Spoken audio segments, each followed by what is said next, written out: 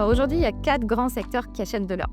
Le premier, sûrement le plus connu, c'est la bijouterie. L'or, c'est le métal de prédilection pour fabriquer des bijoux et ça représente pas loin de 50% de la demande totale d'or.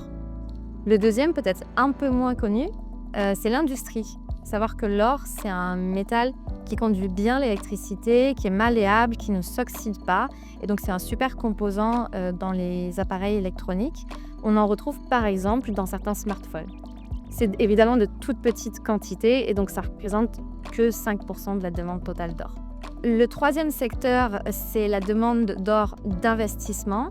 Donc là, on va parler des particuliers qui vont vouloir acheter des pièces ou des lingots en or pur, mais aussi des investisseurs plus professionnels, disons, les banques ou les institutions financières qui veulent avoir de l'or dans leur portefeuille, donc vont acheter des lingots et les garder dans leur coffre.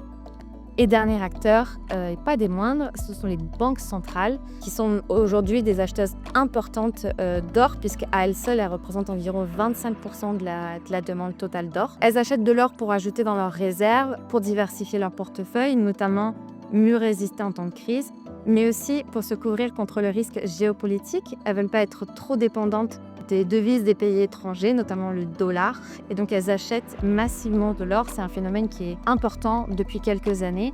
Et aujourd'hui, on estime qu'elles ont accumulé plus de 38 000 tonnes dans leur coffre.